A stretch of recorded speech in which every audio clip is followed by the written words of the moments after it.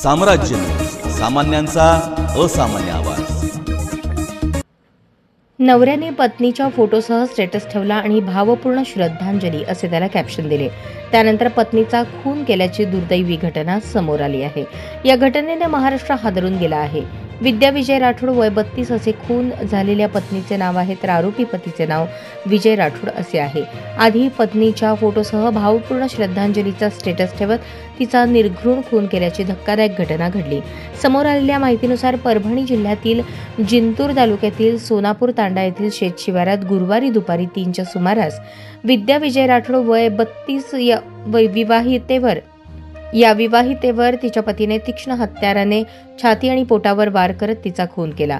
आरोपी पती सध्या फरार असून त्याच्यावर गुन्हा दाखल करण्याची प्रक्रिया सुरू असून घटनेचा तपास सध्या पोलीस करत आहेत। विजयने खून करण्याआधी आपल्या व्हॉट्सअप स्टेटसवर पत्नीचा फोटो आणि भावपूर्ण श्रद्धांजली असे स्टेटस ठेवले होते। दरम्यान गेल्या काही दिवसांपासून पती पत्नीमध्ये वाद सुरू होता, ज्यामुळे पत्नी विद्या माहेरी राहायला आली होती। काल दुपारी 3च्या सुमारास विद्या तिच्या वडिलांच्या शेतात असताना विजय तिथे पोहोचला। दोघांमध्ये पुन्हा शाब्दिक वाद झाला। या वादातून संतापलेल्या विजयने आपल्या हातातील धारदार हत्याराने विद्यावर वार केल्याचे सांगण्यात आले।